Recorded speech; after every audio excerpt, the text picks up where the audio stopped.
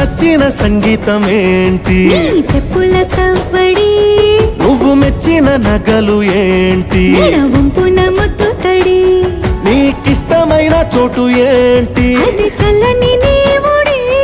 నువ్వు కోరుకున్న దుస్తులేంటి?